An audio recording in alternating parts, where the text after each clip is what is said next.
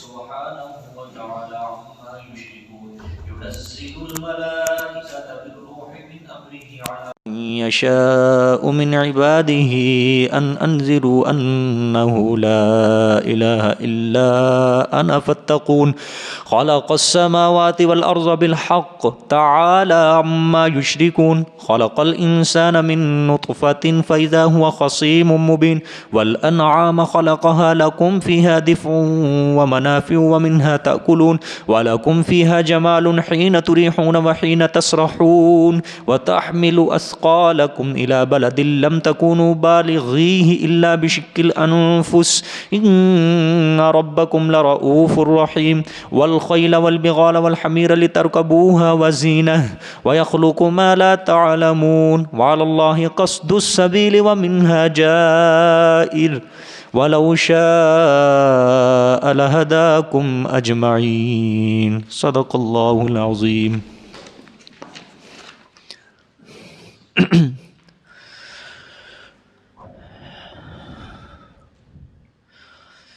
سورۃ الحجر کا اختتام ہوا.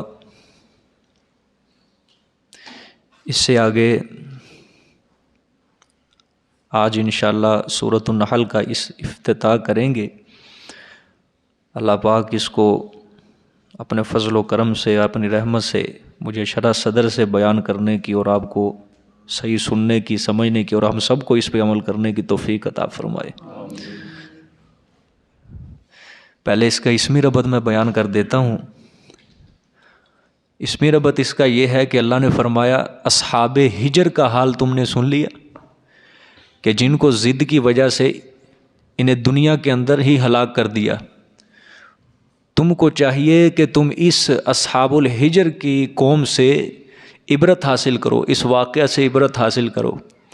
اگر تم اصحاب ہجر سے عبرت حاصل نہیں کرتے، عبرت نہیں پکڑتے، تو آؤ نحل کا حال دیکھو، شہد کا حال دیکھو، اس کو پڑھو. یہ چھوٹی سی مکھی ہوتی ہے، کس طرح یہ مختلف پھولوں اور پھلوں سے رس کو چوستی ہے اور شہد جیسی ایک بے نظیر اور بے مثال چیز کو تیار کر دیتی ہے. ٹھیک ہے. اور اپنے چھتے کا، اپنے گھر کا دوبارہ یہ رستہ بھی نہیں بھولتی، اپنے چھتے کا یہ رستہ بھی نہیں بھولتی. یہ معمولی سا جانور اتنا اہم کام سر انجام دے رہا ہے. یہ اللہ کی قدرت کا ایک ادنا سا نمونہ ہے. تمہیں چاہیے کہ اس نمونے سے ہی عبرت حاصل کر لو اور مسئلہ توحید کو سمجھ لو. یہ اللہ کی قدرت کا کیا ہے؟ ادنا سا نمونہ ہے. تمہیں چاہیے کہ اس ادنا سے نمونے سے ہی عبرت حاصل کر لو، اللہ کی توحید کو کیا کر لو؟ مان لو. ٹھیک ہے. دوبارہ بیان کر دیتا ہوں. اسمی ربط پیچھے سورۃ ہجر ہے. اللہ فرما رہے ہیں کہ اصحاب ہجر کا واقعہ سن لیا تم نے، اس سے چاہیے کہ تم کیا کرو؟ عبرت حاصل کرو، سبق حاصل کرو. اگر تم اس واقعہ سے عبرت حاصل نہیں کرتے تو آؤ نحل، شہد کا حال دیکھو. یہ شہد کی مکھی مختلف پھلوں اور پھولوں سے رس کو چوستی ہے اور شہد جیسی ایک بے نظیر اور بے مثال چیز کو کیا کر دیتی ہے؟ تیار کر دیتی ہے. اپنے چھتے کا رستہ نہیں بھولتی. یہ معمولی سا جانور ایک اتنا بڑا کام سر انجام دے رہا ہے. یہ بھی اللہ کی قدرت کا ایک نمونہ ہے. لہٰذا تمہیں چاہیے کہ اس سے عبرت حاصل کرو. ٹھیک ہے. اور مسئلہ توحید کو کیا کر لو؟ مان لو. یہ اس کا اسمی ربط ہے. ٹھیک ہے. اب مانوی ربط اس کا سمجھیں. سورۃ ابراہیم میں وقائع سابقہ کو اللہ نے بیان کیا اور سورۃ ہجر میں بھی اللہ تعالیٰ نے گزشتہ قوموں کے حالات بیان کیے کہ ان کو ہم نے کیا کر دیا؟ عذاب کی وجہ سے ہلاک کر دیا، نہ ماننے کی وجہ سے. سورۃ ہجر میں اللہ فرمایا کہ اب مان لو، وقت ہے، نہیں مانو گے پچھتاؤ گے، عذاب آ جائے گا. ٹھیک ہے.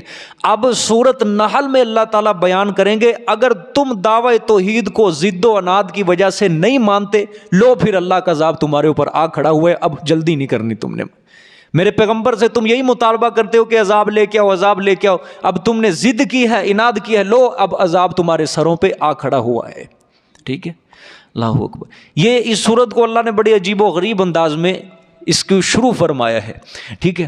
اب خلاصہ شروع میں دیکھو، عطا امر اللہ، یعنی اللہ کا عذاب، اللہ کا حکم آ گیا. ٹھیک ہے. اللہ کا حکم آ گیا۔ یہ سورت ہجر کے تعلق اور ربط سے اللہ تعالیٰ نے فرمایا کہ اگر سب کچھ سننے کے بعد، سب کچھ سننے کے بعد، سب کچھ سمجھنے کے بعد اگر تم مسئلہ توحید کو نہیں مانتے تو پھر تیار ہو جاؤ، اب میرا عذاب تمہارے سروں پہ آ کھڑا ہوا ہے۔ یہ سورت ہجر کے تعلق سے اللہ نے فرمایا کہ دیکھو میں نے گزشتہ قوموں کے حالات کتنے تمہارے سامنے رکھ دیے۔ سورت ابراہیم نے وقائع عموم سابقہ اللہ نے بیان کیے نہیں کیے، پچھلی قوموں کے وقائع اللہ تعالیٰ نے تخویف دنیاوی اللہ نے بیان کیا، اس میں 6 تخویفات۔ پھر اصحاب الحجر سورت ہجر میں اللہ نے بیان کیا، حضرت شعیب کی قوم کا قصہ اللہ نے وہاں بیان کیا۔ اللہ نے فرمایا اگر تم اس کو سمجھنے کے بعد، اس کو سننے کے بعد میری توحید کو نہیں مانتے تو پھر تیار ہو جاؤ، یہ اللہ کا عذاب تمہارے اوپر آ کھڑا ہے۔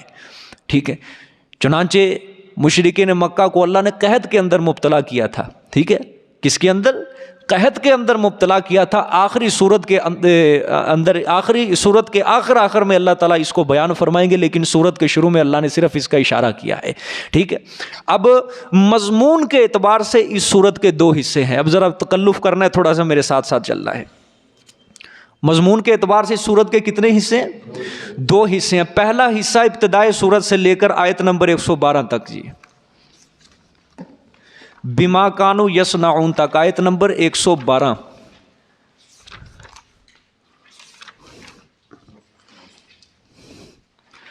صفحہ نمبر بتا دیں جی جس کو مل جائے۔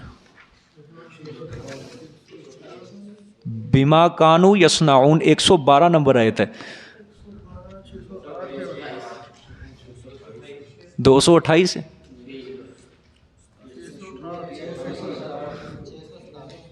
نہیں 600 نہیں، 600 ہاں 66 667 بما کانوا یہ کوئی 2 کو 6 سمجھ رہا ہے میرے خیال، 668 668 جی بما کانوا یصنعون تک نکال لیا جی۔ ہاں یہاں تک یہ اس صورت کا پہلا حصہ ہے۔ ٹھیک ہے، ایک انگلی آپ نے یہاں پہ رکھنی ہے۔ ٹھیک ہے، اچھا اس پہلے حصے میں اللہ تعالیٰ 3 بار دعوی توحید کو ذکر کریں گے۔ کتنی بار؟ 3 بار اللہ تعالیٰ دعوی توحید کو ذکر کریں گے۔ ٹھیک ہے، اب ذرا پیچھے آ جائیں۔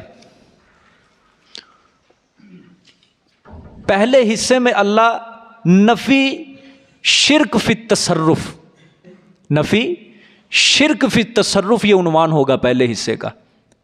ٹھیک ہے، فی التصرف، تصرف سے مراد اعتقادی شرک۔ ٹھیک ہے، بندہ ذہن میں یہ رکھے کہ فلانا اللہ تعالیٰ بھی یہ کام کرتا ہے اور فلانا پیر نبی ولی پیغمبر بھی یہ کام کر سکتا ہے۔ عقیدہ ذہن کا شرک، جس کو عقیدہ جس کے ساتھ عقیدے کا تعلق ہوتا ہے، اللہ بھی مشکل کش ہے، فلانا نبی ولی بھی کیا ہے؟ مشکل، یہ عقیدے سے تعلق ہے اس کا۔ ٹھیک ہے، اس کے اوپر اللہ تعالیٰ 6 عقلی دلیلیں دیں گے، اور بڑی زبردست دلیلیں ہیں اس صورت کے اندر۔ کمال کر دیا اللہ تعالیٰ نے اس صورت کے اندر دلائل دینے والے عقلی دلیلیں۔ ٹھیک ہے، کتنی عقلی دلیلیں؟ 6 عقلی دلیلیں ہیں۔ ٹھیک ہے، اب یہ دعوی توحید کتنی بار ہے؟ 3 بار۔ 6 عقلی دلیلیں، دعوی توحید 3 بار۔ پہلی بار تو یہ آیت نمبر 2 کے اندر ہی ہے، دیکھیں انہ لا الہ الا انا فاتقون، یہ دعوی توحید ہے۔ ٹھیک ہے، چونکہ پورے قرآن کا جو مضمون ہے وہ صرف یہی ہے، لا الہ الا اللہ۔ پورا قرآن اسی کے گرد گھوم رہا ہے۔ پورا قرآن کیا ہو رہا ہے؟ اسی کے گرد گھوم رہا ہے۔ قرآن کا مرکز، قرآن کا محو یہی 4 حرفی دعوت، لا الہ الا اللہ۔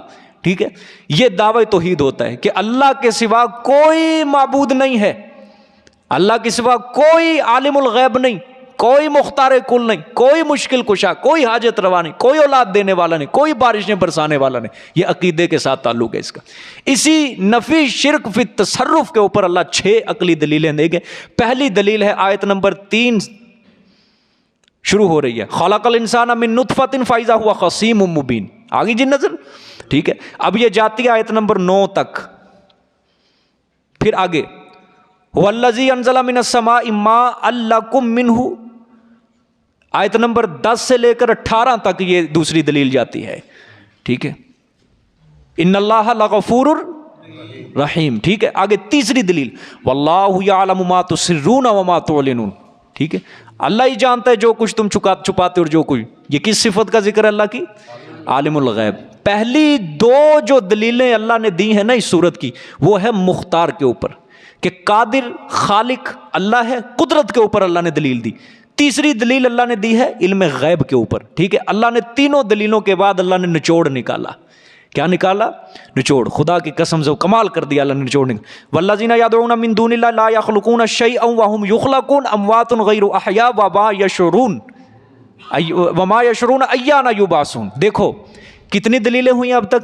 3 دلیلیں. پہلی 2 دلیلیں قدرت کے اوپر کہ میں نے بنایا سب کچھ. تیسری دلیل علم غیب کے اوپر. ٹھیک ہے. اب دیکھو 3 دلائل ذکر کرنے کے بعد اللہ نے نتیجہ نکالا.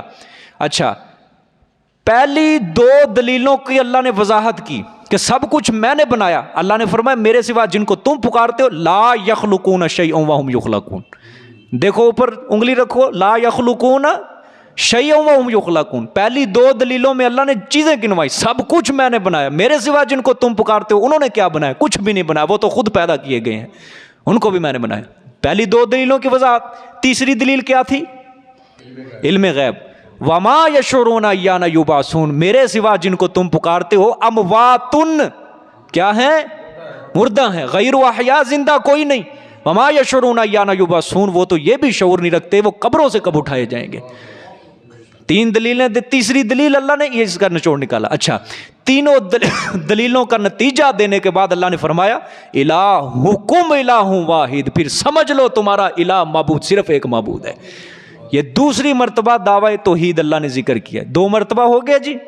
ہاں, اب چوتھی دلیل عقلی ہے جی آیت نمبر 48.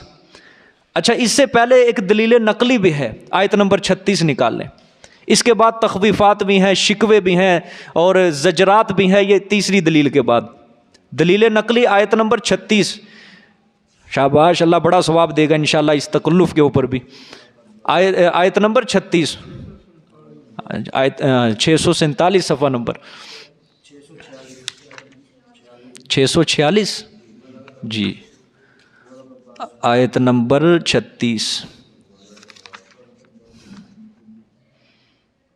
ہاں, وَلَقَدْ بَعَثْنَا فِي كُلِّ أُمَّةٍ رَسُولًا أَنِ اعْبُدُوا اللَّهَ وَاجْتَنِبُوا الطَّاغُوتَ. یہ دلیل نقلی ہے انبیاء سابقین سے. اللہ فرمائیں گے جتنے بھی میں نے گزشتہ پیغمبر بھیجے تھے نا سب کی دعوت لا الہ الا اللہ تھی. ٹھیک ہے. یہ تیسری دلیل کے بعد اللہ تعالیٰ دلیل نقلی دے رہے ہیں. ٹھیک ہے. عقلی دلیلیں 6 ہی ہیں. عقلی دلیلیں کتنی ہیں؟ 6 ہی ہیں. ابھی 3 عقلی دلائل ہوئے ہیں. تیسری کے بعد اللہ نے چوتھی دلیل جو پہلی دلیل اللہ نے نقلی دلیل دی ہے. ٹھیک ہے. اب چوتھی عقلی دلیل آیت نمبر 48 آیت نمبر اولم یروا الی ما خلق اللہ من شیء. ہاں, اولم یروا مل گیا سب کو جی. ہاں, اولم یروا الی ما خلق اللہ من شیء. ٹھیک ہے. یہ ہے چوتھی عقلی دلیل. آگے 5ویں عقلی دلیل آیت نمبر 65 واللہ انزل من السماء ماء فاحیا به الارض بعد موتها. اور اللہ جس نے اتارا آسمانوں سے پانی کو پس زندہ کیا ساتھ اس پانی کے زمین کو بعد اس کے بنجر ہونے کے. کتنی دلیلیں ہوگی جی؟ 5 عقلی دلیلیں 5. چھٹی دلیل آیت نمبر 78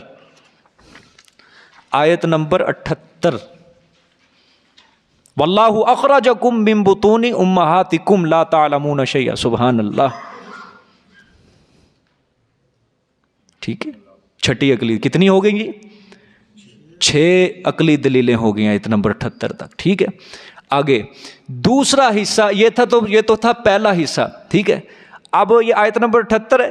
اس کے بعد پھر اللہ تعالیٰ فرمائے اس کے بعد آئیں گے تخویفات, زجرات, بشارتیں, ماننے والوں کے احکامات, نہ ماننے والوں کے احکامات. ٹھیک ہے. یہ سارے آئیں گے. اب آیت نمبر نکال لیں آپ 113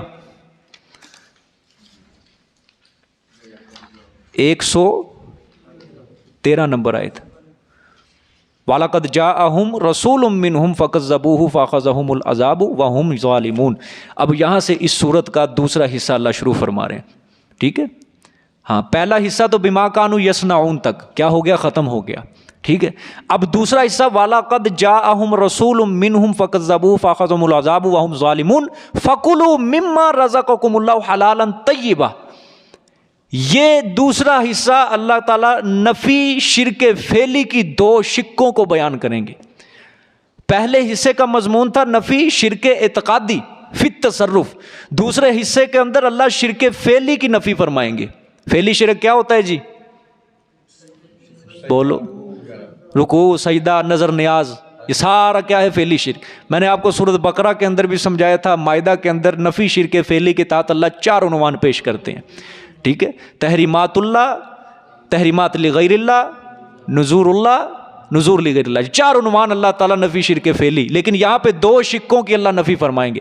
تحریمات لغیر اللہ، مثلا کوئی مشرک اپنے پیر کے نام کے اوپر کوئی جانور چھوڑ دے، اس کے اوپر سواری نہیں کروں گا، اس کا میں دودھ نہیں دوں گا، میرے پیر کی پٹ پڑ جائے گی میرے اوپر، اور اس کو کہتا ہے اس کا گوشت کھانا حرام ہے میرے لیے. لیکن اللہ کیا کہتا ہے؟ حلال ہے. میری حرام کردہ چیزوں کو کون ہے جو حلال، میری حلال کردہ چیزوں کو کون ہے جو حرام کر کے، اس کی نفی ہوگی. پھر نذور لغیر اللہ، کوئی مشرک کہتا ہے کہ میں اگر میرا فلانا کام ہو گیا تو میں فلانے بابا جی کی نظر نیاز دوں گا. اللہ کیا فرماتے ہیں؟ مشرک کہتا ہے یہ حلال ہے میرے لیے کھانا، اللہ کہتے ہیں نہیں حلال نہیں ہے، یہ کیا ہے؟ حرام ہے. یہ ان 2 شقوں کی اللہ کیا فرمائیں گے؟ نفی. ٹھیک ہے. اب یہ آیت نمبر 120 نکال لیں، یہاں تک یہ آیت نمبر 119 تک یہ نفی شرک فعلی ہوگی. یہ دوسرا حصہ ہوگا اس سورت کا. اب دیکھو آگے بڑا زبردست کر کے اللہ نے اختتام کیا اس سورت کا، بڑے خوبصورت انداز میں اختتام کیا. اِنَّ ابراہیم کان امۃ قانتا للہ. سبحان اللہ. اللہ نے فرمایا میرا ابراہیم ایک پوری جماعت تھا. میرا اکیلا ابراہیم کیا تھا؟ ایک پوری امت تھا، جماعت تھا. قانتا للہ، صرف اللہ کے آگے جھکنے والا تھا. ٹھیک ہے. حنیفہ، سارے جہان سے رخ موڑ کے صرف اللہ کے دروازے پر جھکنے والا. وَلَمْ يَكُ مِنَ الْمُشْرِكِينَ، وہ مشرکوں میں سے نہیں تھا. کیا مطلب؟ اللہ نے اشارہ بڑا زبردست کیا ہے. کتنے مضمون بیان کریں گے اللہ اس 2. نفی شرک فی تصرف اعتقادی، نفی شرک فعلی کی نفی. اللہ فرمائیں گے میرا ابراہیم جو تھا نا، یہ دونوں قسم کے شرک سے پاک تھا. نہ میرا پیغمبر اعتقادی شرک رکھتا تھا، نہ میرا پیغمبر فعلی شرک کرتا تھا.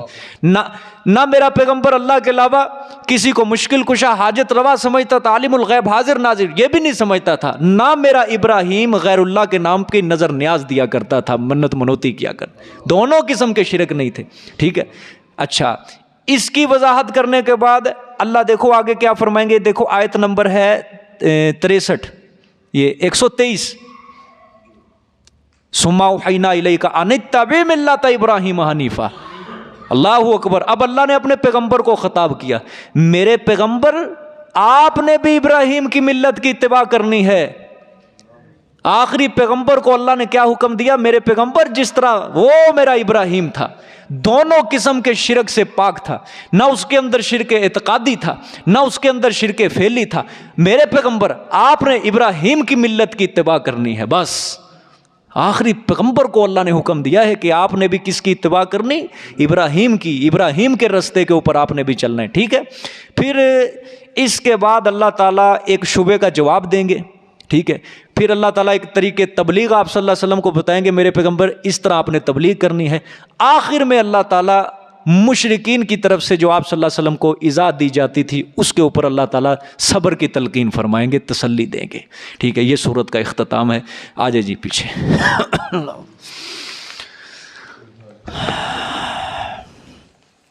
لیکن یہ خلاصہ جو ہے نا آپ نے ذہن میں رکھنا ہے. سورت کے 2 حصے ہیں.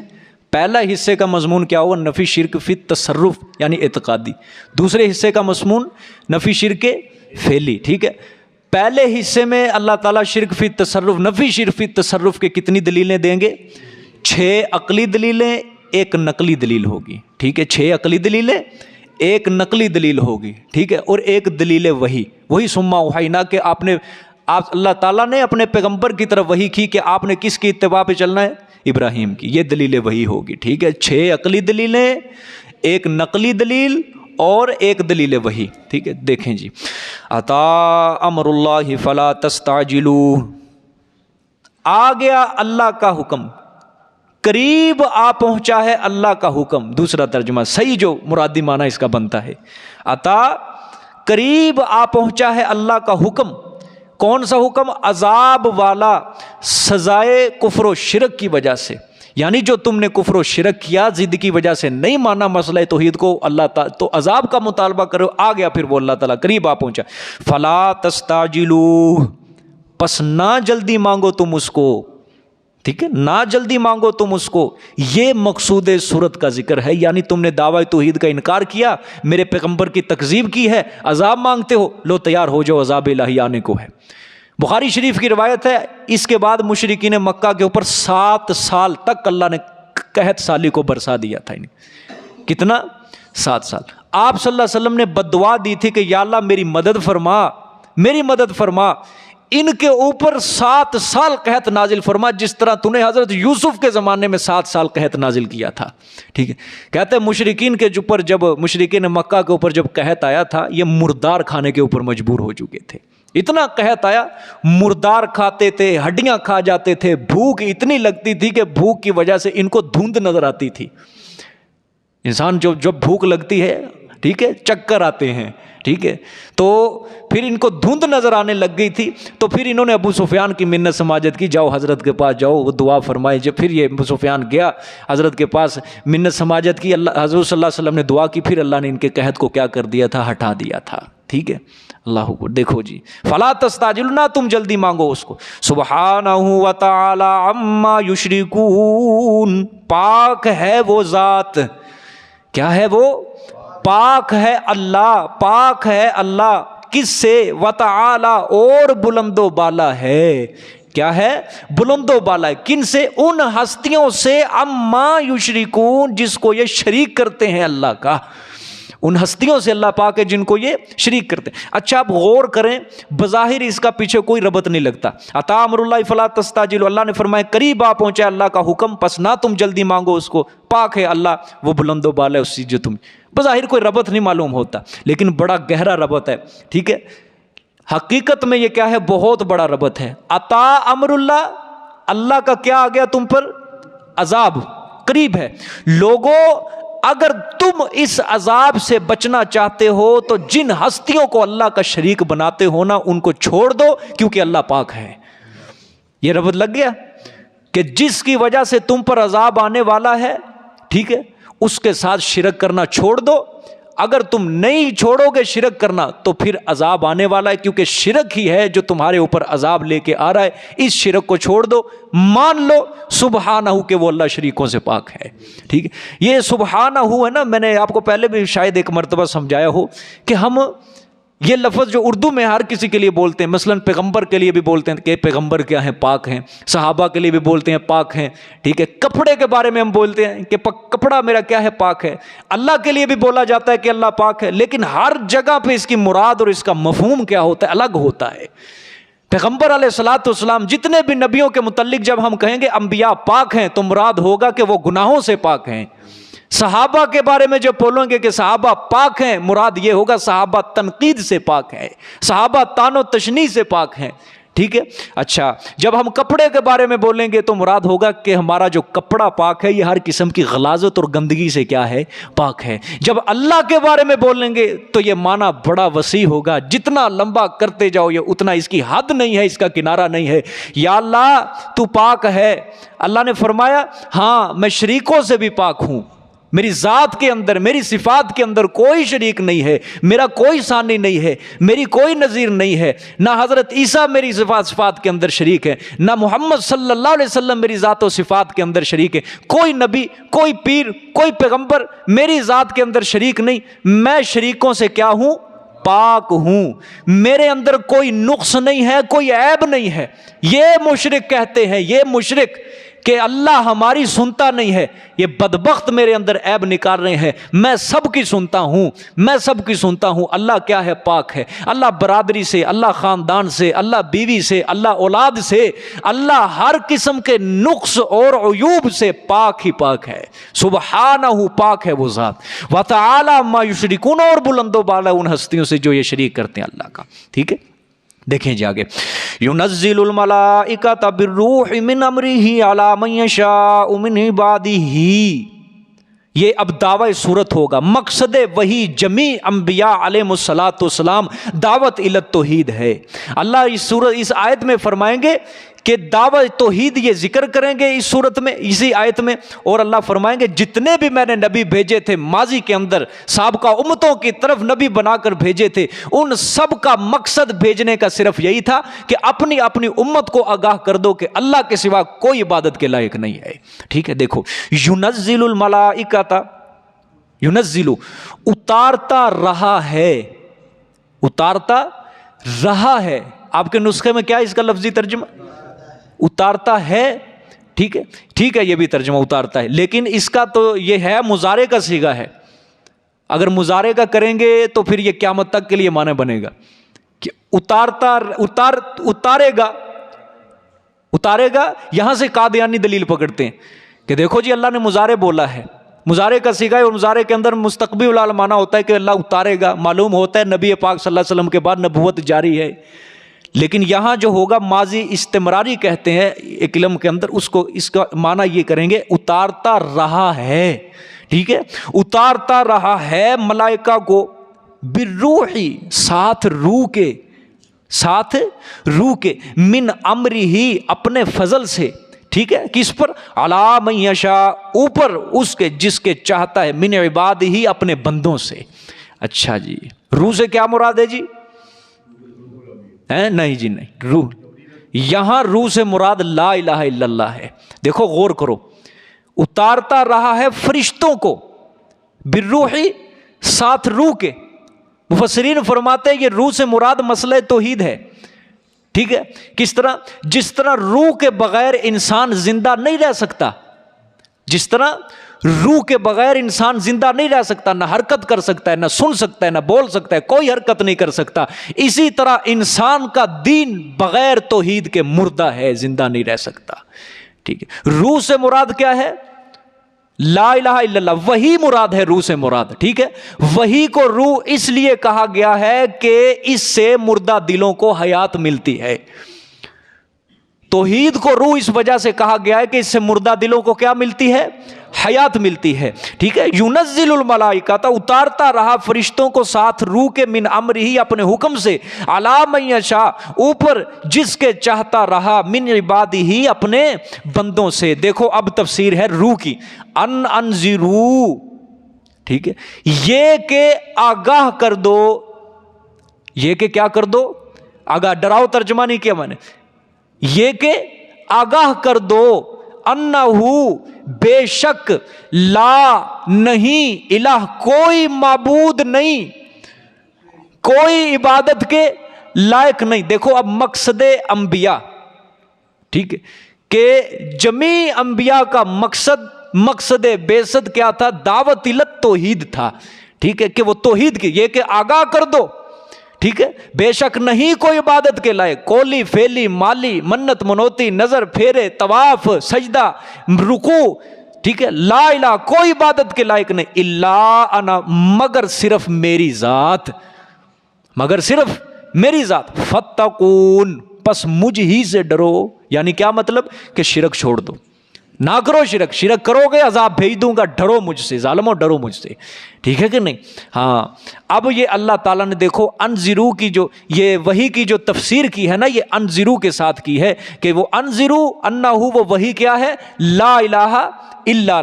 ٹھیک ہے، یعنی اے پیغمبرو لوگوں کو بتا دو کہ اللہ کے سوا کوئی متصرف نہیں، کوئی کارساز نہیں ہے، اس لیے ان کو میرے عذاب سے ڈراؤ. ٹھیک ہے، ہاں، چونکہ عذاب الہی کا وقت آنے کے قریب تھا. اللہ نے اب دلائل عقلیہ کے ذریعے، دلائل نقلیہ کے ذریعے مسئلہ توحید کو واضح کرنا تھا کہ سب کچھ کرنے والا، سب کچھ جاننے والا صرف کون ہے؟ اللہ تعالیٰ ہے. ٹھیک ہے، اب یہ ہو گیا دعویٰ صورت بھی ہو گیا. ٹھیک ہے، اب دیکھو آگے دلائل شروع کر رہے ہیں اللہ تعالیٰ. دعویٰ توحید، لا الہ الا، کوئی عبادت کے لائق نہیں مگر صرف میری ذات. اللہ اس دعوے کے اوپر اب دلیل دیں گے، 6 عقلی دلیل. پہلی دلیل عقلی، خلق الانسان من نطفۃ فاذا هو خصیم مبین. ہاں، خلق السماوات والارض بالحق تعالی عما یشرکون، پیدا کیا آسمانوں کو اور زمینوں کو بالحق کی، حق کو ظاہر کرنے کے لیے. بالحق کی ساتھ حق کے، یعنی حق کو ظاہر کرنے کے لیے، ٹھیک ہے۔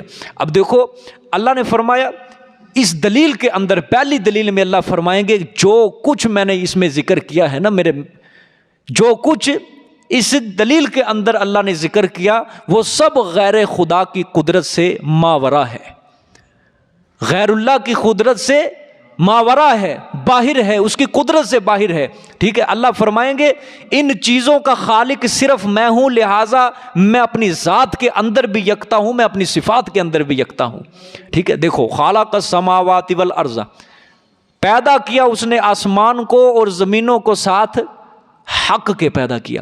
اللہ نے فرمایا اس زمین کو میں نے اس عالم کے لیے فرش بنا دیا ہے، اور اس آسمان کو میں نے اس عالم کے لیے کیا بنایا؟ چھت بنا دیا ہے۔ یہ اتنی بڑی زمین، اس کے اوپر کتنی میں نے مخلوق آباد کی ہے، کوئی چل رہا ہے، کوئی دوڑ رہا ہے، انسان ہے، اس کے اندر چرند ہیں، پرند ہیں، درند ہیں، حشرات الارض ہیں، ریگنے والے جانور ہیں، سارے اس مخلوق کو میں نے اس زمین کے اوپر بسا دیا ہے، ٹھیک ہے۔ عقل، انسان کی عقل ایسے فرش اور ایسے عرش کا تصور بھی نہیں کر سکتی کہ کوئی انسان ایسا فرش بنا سکتا ہے یا کوئی انسان ایسی چھت بنا سکتا ہے، ٹھیک ہے۔ کوئی زمین پر دوڑ رہا ہے، کوئی زمین پر چل رہا ہے، کوئی تہ خانے بنا رہا ہے، کوئی بڑی بڑی بلڈنگیں بنا رہا ہے، کوئی بڑی بڑی عمارتیں بنا رہا ہے، ٹھیک ہے۔ لہٰذا اس آسمان اور اس زمین کی تخلیق کو معلوم کر کے یہی نتیجہ نکلتا ہے، اس آسمان اور زمین کا ہر جز یہ خبر دے رہا ہے کہ اللہ تعالیٰ اپنی ذات کے اندر بھی وحدہ لا شریک ہے اور اپنی صفات کے اندر بھی کیا ہے؟ وحدہ لا شریک ہے، ٹھیک۔ یعنی بالحق اللہ نے حق کو ظاہر کرنے کے لیے ان آسمان و زمینوں کو بنایا ہے کہ اس کے اندر غور و فکر کریں اور میری وحدانیت کے اوپر ایمان لیں۔ تعالی عما یشرکون، بلند و بالا ہے ان چیزوں سے جو وہ شریک کرتے ہیں، ٹھیک ہے، بلند و بالا ہے ان شریکوں سے، ان ہستیوں سے جو وہ کیا کرتے ہیں؟ مشرک شریک کرتے ہیں۔ آگے خلق الانسان من نطفۃ، پیدا کیا انسان کو پانی کی ایک بوند سے، پیدا کیا انسان کو پانی کے ایک قطرے سے۔ اللہ اکبر۔ انسان کی جو پیدائش ہے نا، یہ بھی قدرت خداوندی کا ایک شاہکار ہے۔ یہ کیا ہے؟ قدرت خداوندی کا شاہکار ہے کہ جو ایک بے حس اور بے شعور قطرے سے ایک انسان کو بنا دیتا ہے، پھر اس کو عقل دیتا ہے، پھر اس کو سمجھ دیتا ہے، اس کو وجود دیتا ہے، اس کے اندر جان ڈال دیتا ہے، ٹھیک ہے۔ اللہ اکبر۔ لیکن اللہ نے فرمایا فَإِذَا هُوَ خَصِيمٌ مُبِينٌ، پس جب کہ وہ جھگڑالو ہے، واضح صاف انسان کیا ہے کہ اللہ نے کیا کیا؟ ایک بوند سے پیدا کیا، ٹھیک ہے، پس وہ کیا ہے؟ جھگڑنے والا ہے، صاف۔ انسان کے بارے میں اللہ نے فرمایا کہ وہ کیا کرنے والا ہے؟ صاف جھگڑنے۔ کس میں جھگڑنے والا ہے؟ مطلب یہ ہے اللہ کی توحید کے اندر پھر بھی وہ جھگڑنے والا ہے۔ کیا ہے؟ اللہ کی توحید کے اندر جھگڑنے والا ہے۔ یہ اس ظالم نے خیال نہیں کیا کہ ایک بے شعور اور بے حس قطرے سے اس نے ایسا ہوشیار اور ایسا سمجھدار انسان یہ بنا دیا، یہ خیال نہیں کیا۔ اور یہ خیال نہیں کیا اس نے کہ ایک نطفے کو جو ماں کے پیٹ کے اندر 9 مہینے تک رہا، ماں کے پیٹ میں 9 مہینے تک رہا، اور خون حیض کو اللہ نے اس کی کیا بنایا؟ غذا بنایا، خوراک بنایا۔ مختلف مراحل اور منازل کو طے کرنے کے بعد اس دنیا کے اندر آیا، پھر شیر خاری کی منزل کو طے کر کے اس کو جوان کیا، پھر جوانی کی منزل کو طے کر کے اس کے اوپر بڑھاپا طاری کیا، بڑھاپے کے بعد اس کو موت نے آ گھیرا۔ اس نے یہ خیال نہیں کیا کہ اللہ کی ایسی قدرت، لیکن پھر بھی فَإِذَا هُوَ خَصِيمٌ مُبِينٌ، پس وہ کیا ہے؟ جھگڑا کرنے والا ہے، صاف۔ یعنی اللہ کی توحید کے بارے میں وہ کیا کر رہا ہے؟ وہ پھر بھی جھگڑا کر رہا ہے، ٹھیک ہے۔ تو اللہ نے فرمایا یہ سارا انسان کو ایک قطرے سے جو میں نے پیدا کیا ہے، بلا شبہ یہ کسی قادر اور حکیم کی تدبیر اور تصویر لگتی ہے۔ کسی عام انسان کی یہ کاریگری ہو ہی نہیں سکتی، یہ صرف کاریگری صرف اس خدا کی ہے۔ لیکن انسان ایسا جھگڑالو اور ایسا ناشکرا ہے کہ الٹا اللہ کی توحید کے اندر شک و شبہ کرتا ہے، الٹا اللہ تعالیٰ کے حشر و نشر کے اندر قیامت کے بارے میں کیا کر رہا ہے؟ جھگڑ رہا ہے۔ بعض مفسرین فرماتے ہیں یہ جو آیت ہے نا، یہ ابی ابن خلف کے بارے میں نازل ہوئی، مکے کا مشرک تھا، یہ مرنے کے بعد زندہ ہونے کا منکر تھا۔ یہ آپ صلی اللہ علیہ وسلم کے پاس ایک بسیدہ ہڈی لے کر آیا، اس نے آ کر کہا کہ تو ہمیں کہتا ہے کہ مرنے کے بعد زندہ ہوں گے، قیامت آئے گی، تو مجھے بتا یہ بسیدہ ہڈی اس سے خدا کس طرح پیدا کر سکے گا؟ اس کے اوپر اللہ نے یہ فرمایا کہ اللہ نے ایک نطفے سے انسان کو پیدا کر دیا، کیا مرنے کے بعد اللہ دوبارہ انسان کو زندہ نہیں کر سکتا؟ سمجھے، اس کے اوپر یہ آیت نازل ہوئی تھی. ٹھیک ہے، آگے دیکھیں جی. وَالْأَنْعَامَ خَلَقَهَا لَكُمْ فِيهَا دِفْعٌ وَمَنَافِعُ وَمِنْهَا تَأْكُلُونَ. پہلے انسان کی تخلیق کا ذکر تھا، اب جانوروں کی تخلیق کا ذکر ہے. اور چوپائے، خَلَقَهَا پیدا کیا اس کو، ٹھیک ہے، لکم کس کے لیے؟ کس کے لیے؟ اپنے لیے نہ، تمہارے لیے. انسانوں تمہارے لیے پیدا کیا، واسطے تمہارے. ہاں، فیہا دفء، واسطے تمہارے، فیہا اس میں، دفء گرمی کے اسباب ہیں.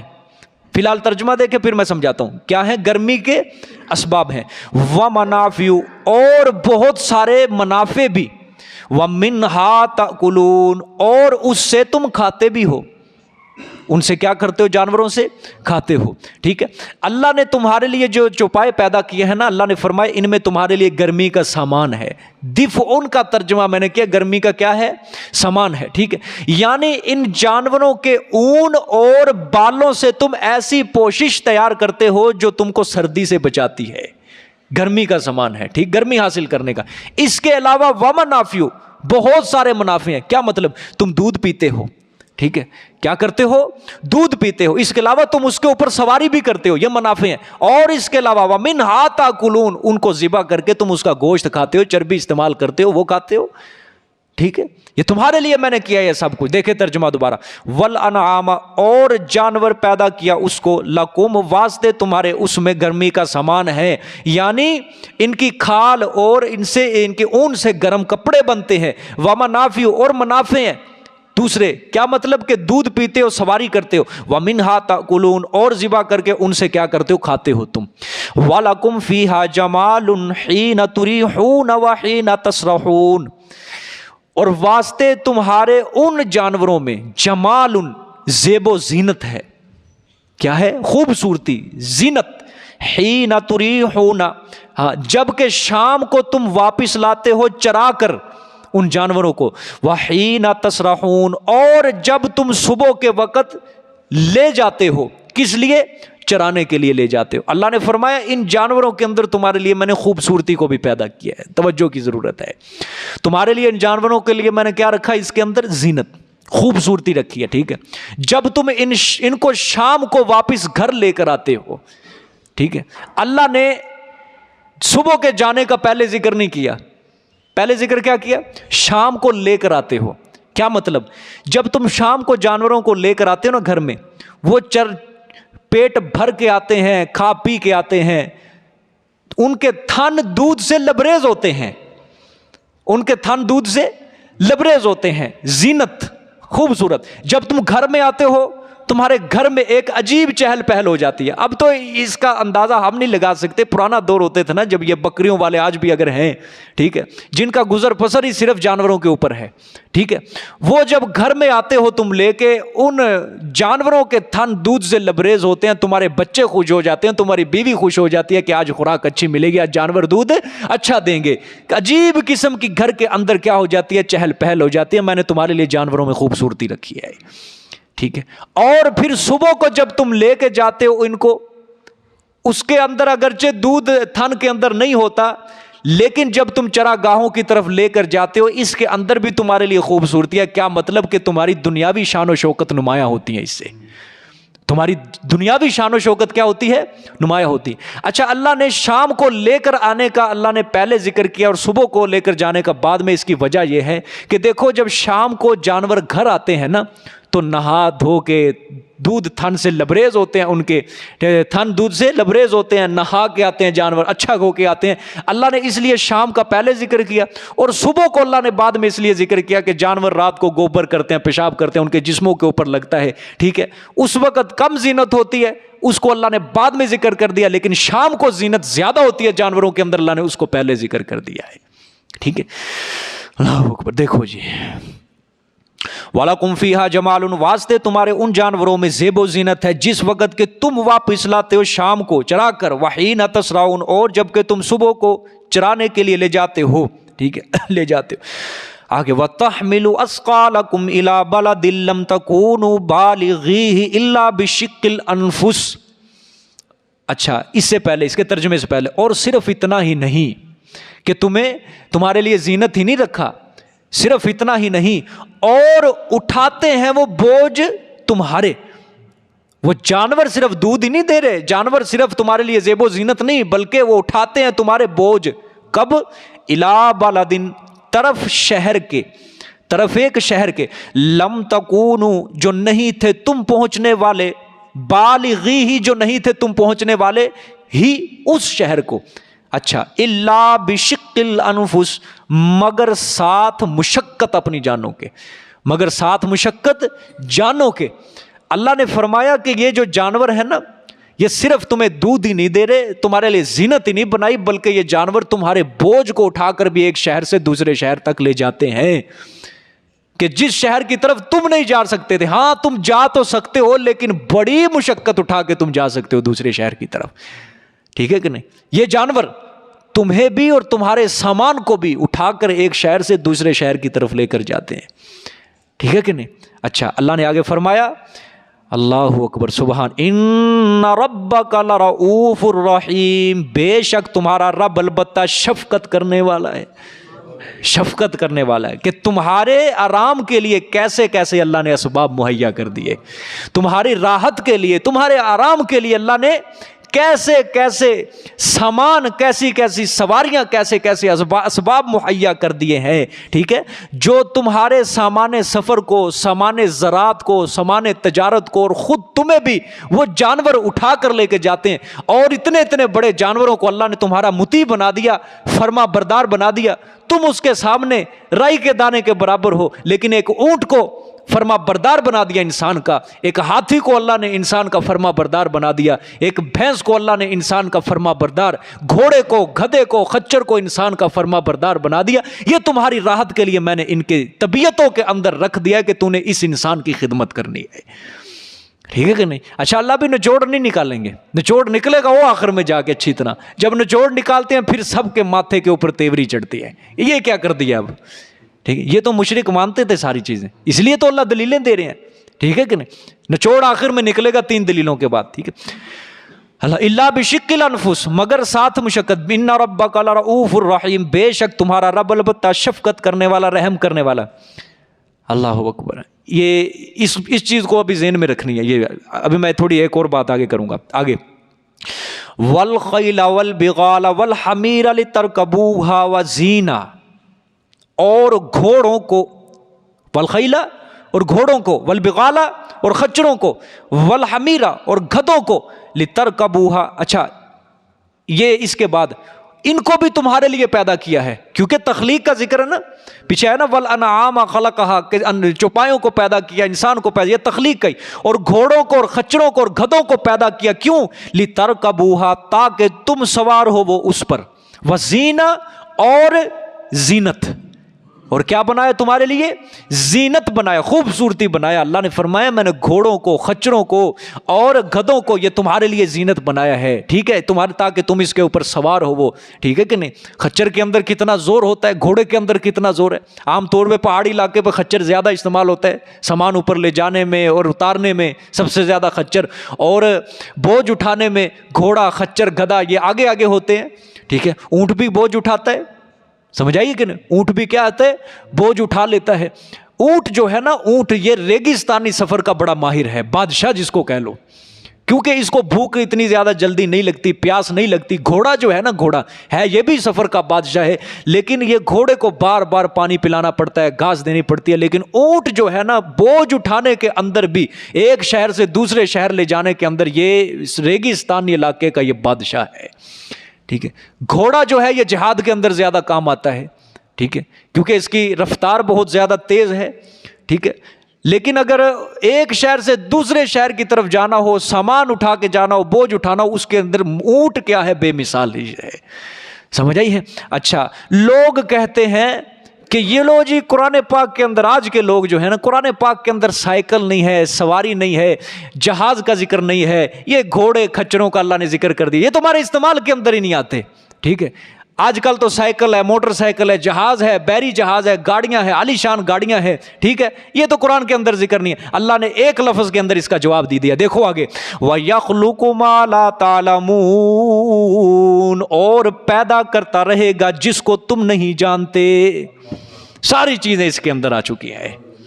اہل عرب کو اگر خطاب دیکھیں، ان کو کہا وہ اللہ پیدا کرتا رہے گا، مستقبل میں بھی مضارع کا صیغہ ہے یخلق، اللہ پیدا کرتا رہے گا مستقبل میں جن کو تم نہیں جانتے.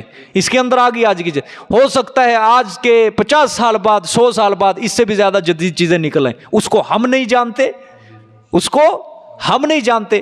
ٹھیک ہے کہ نہیں؟ بحری جہاز تو پہلے سے تھا، لیکن جو لوگ پہلے بحری جہازوں کے اوپر سفر کرتے تھے وہ ہوائی جہاز کو نہیں جانتے تھے.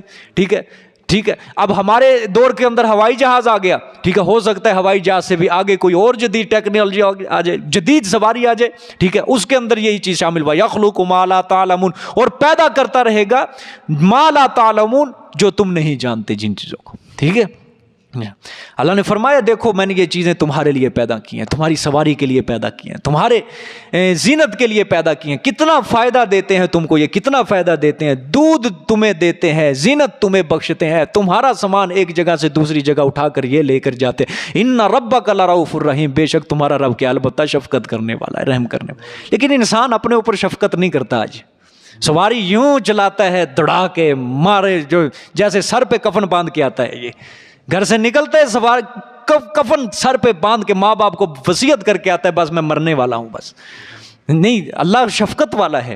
انسان شفقت، غلط استعمال ہے یہ سواری کا. ٹھیک ہے، ہاں کبھی وہی انسان ڈیوٹی سے لیٹ ہو رہا ہو یا کبھی جلدی کوئی کام جانا ہو پھر تو بندہ مانے. لیکن یہ کہ جب بھی گھر سے نکلنا گھر دوسروں کو بھی تنگ کرنا، جب بھی گھر سے نکلنا او پورے محلے کو بتا کے جانا لو بھی فلانا بندہ نکل چکا ہے. ٹھیک ہے، وہ بھی پھر کہتے ہیں یا اللہ شکر ہے تیرا مگر لئی بیماری ہے. ٹھیک ہے، وگرنہ تنگ آ جاتے ہیں لوگ. اب یہ گھنٹی ہے، گھنٹی سواری کی، اب اس کو بھی بلا وجہ مارنا جائز نہیں ہے. دوسرے لوگ تنگ آتے ہیں، دیکھا ہے آپ نے، گاڑی کو تیز چلانا، خاص کر محلے سے گزارنا، وہ پورا اس کا شور بتانا اور بتانا، اپنی پہچان بنا لینا، لو فلانا بندہ ننگے آئے تو پہچان بنا لیتے ہیں. یہ چیز ٹھیک نہیں ہے، ایذائے مسلم ہے. یہ کیا ہے؟ ایذائے مسلم، مسلمان کو تکلیف دینے کے مترادف ہے. اور آپ کو پتہ ہے آپ صلی اللہ علیہ وسلم نے فرمایا کہ مسلمان کو تکلیف دینا حرام ہے.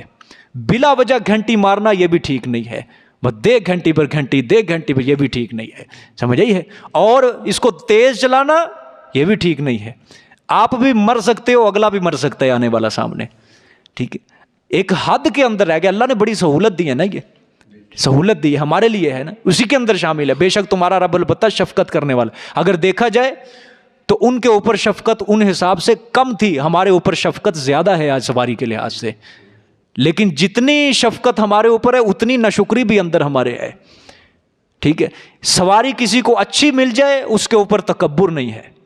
دیکھو جی میرے پاس اچھی سواری ہے اور دوسرے کے پاس کسے ہوتا ہے نا کوئی گاڑی جس کو اچھی اللہ دے دے، ساتھ سائیکل والا گزر دے، دیکھو جی صاحب بدنانی لے کے پھرن دے اپنے، مجھے اللہ نے گاڑی دی ہے، مجھے اللہ نے فلانی چیز دی ہے، مجھے اللہ نے فلانی. یہ تکبر تجھے ایسا مار دے گا، تجھے گاڑی بھی چلی جائے گی، تیرا بنگلہ بھی چلے جائے، تو کرائے کے مکان پہ رہنے والا بھی نہیں ہوگا. ٹھیک ہے، بچو اس چیز سے. ٹھیک ہے، سواری اللہ کی نعمت ہے. جس کے پاس سواری ہے اس کو اللہ چاہیے کہ اللہ کا شکر ادا کرے، اور یہ بھی اس کو چاہیے کہ آخرت کے دن حساب کتاب کے لیے بھی تیار رہے. ٹھیک ہے کہ نہیں؟ نعمتیں ہیں نا، کیا ہیں یہ نعمتیں ہیں. ان نعمتوں کے بارے میں سارے سوال ہونے ہیں. بتاؤ اس کو کیسے استعمال کیا تھا تم نے؟ ٹھیک ہے، یہ کیسے استعمال کیا تھا؟ ساری نعمتیں یہ جواب دیں گے، یا اللہ یہ اس نے مجھے یوں استعمال کیا تھا، یوں استعمال کیا تھا، یوں استعمال کیا تھا. جتنی اللہ کی ہم پر شفقتیں ہیں، نعمتیں ہیں، آج ہماری ناشکری بھی اتنی ہی اللہ سے بڑھتی جا رہی ہے. اگر یوں کہوں بالفاظ دیگر کے پرانے دور کے جو بادشاہ ہوا کرتے تھے بڑے بڑے، اور آج کا غریب، یہ دونوں برابر ہیں. یہ اس غریب کو، آج کے دور کے غریب کو زیادہ سہولتیں ہیں، پرانے دور کے بادشاہ کو بھی اتنی سہولتیں نہیں ہوا کرتی تھی. ان ربک لرؤوف الرحیم، تمہارا رب البتہ شفقت کرنے والا، رحم کرنے والا ہے. ٹھیک ہے کہ نہیں؟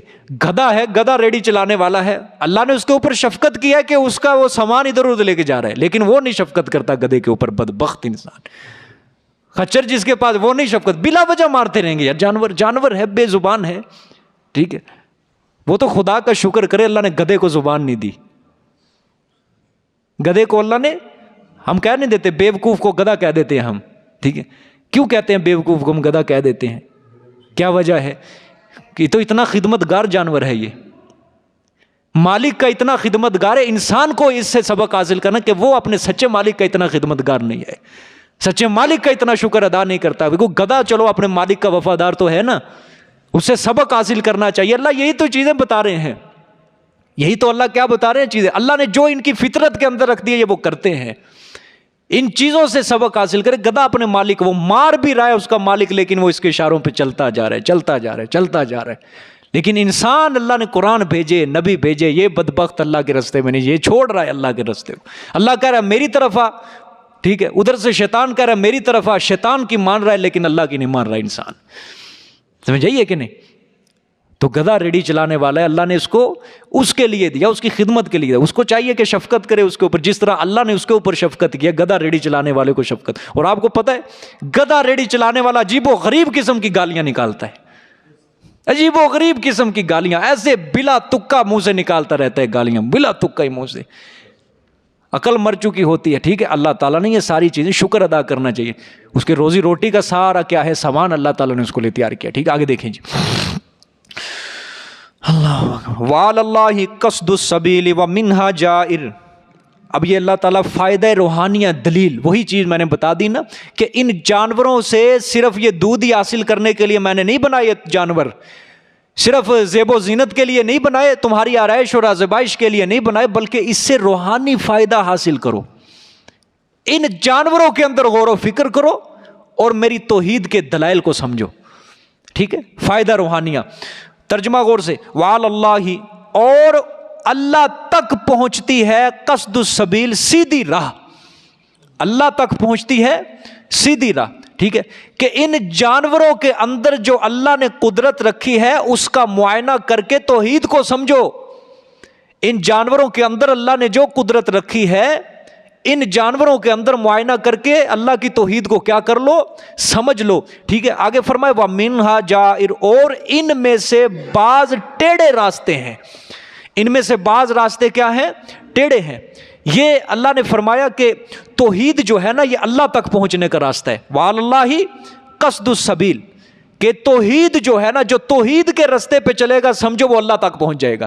اور باقی راستے ٹیڑھے ہیں، اگر وہ ان رستوں کے اوپر چلے گا تو اللہ تک نہیں پہنچے گا. وہ جیسے یہودیت، نصرانیت، مجوسیت، بت پرستی، یہ جتنے بھی شرک ہیں، یہ جتنے بھی رستے ہیں، یہ ٹیڑھے رستے ہیں. اگر ان رستوں پر چلے گا وہ اللہ تک نہیں پہنچے گا. ہاں جو توحید کے رستے پہ چلے گا وہ اللہ تک کیا ہو جائے گا، پہنچ جائے گا. ٹھیک ہے، آگے فرمایا وَلَوْ شَاءَ لَهَدَاكُمْ أَجْمَعِينَ، اور اگر چاہتا وہ تو البتہ ہدایت دیتا تم سب کے سب کو.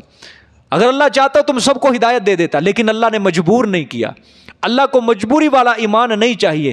ٹھیک ہے، لیکن اگر اللہ سب کو ہدایت دے دیتا، اس سے ایک امتحان کی اور آزمائش کی حکمت فوت ہو جاتی. اللہ قرآن میں کہتا ہے نا، میں نے انسان کو پیدا کیا تاکہ میں اس کے اعمال کو آزماؤں، امتحان ڈالوں. اگر سب کو ہدایت مل جاتی تو امتحان کی اور آزمائش کی حکمت کیا ہو جاتی، فوت ہو جاتی. ٹھیک ہے کہ نہیں؟ اس لیے اللہ نے انسان کو عقل دی، سمجھ دی، اور اللہ نے نبی بھیجے، قرآن بھیجا. ٹھیک ہے، اس طرح اللہ نے یہ توحید کے عقلی نقلی دلائل قائم کر کے حق و باطل کے رستے کے اندر فرق کر دیا ہے. انسان کو عقل دے دی، اب تو جس کے اوپر چاہے چلنا شروع کر. جزاک اللہ جی، صدق اللہ العظیم.